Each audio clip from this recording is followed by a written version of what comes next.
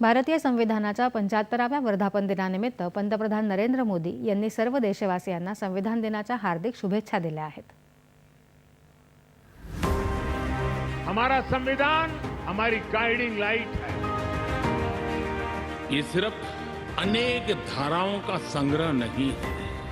हमारा संविधान सहस्त्रों वर्ष की भारत की महान परंपरा, अखंड धारा, उस धारा की आधुनिक अभिव्यक्ति है।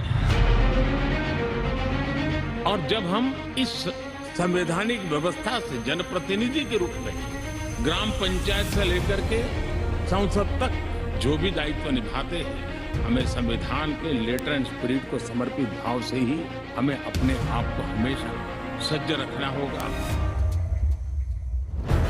आज पूरे सामर्थ्य से अपनी सभी विविधताओं पर गर्व करते हुए यह देश आगे बढ़ रहा है। और इन सब के पीछे हमारी सबसे बड़ी ताकत हमारा संविधान है। हमारे संविधान के प्रेम्बल की शुरुआत में जो वी द पीपल लिखा, ये सिर्फ 3 शब्द नहीं, वी द पीपल एक आह्वान है, एक प्रतिज्ञा है, एक विश्वास है। संविधान में लिखी ये भावना उस भारत की मूल भावना है जो दुनिया में लोकतंत्र की जननी रहा है।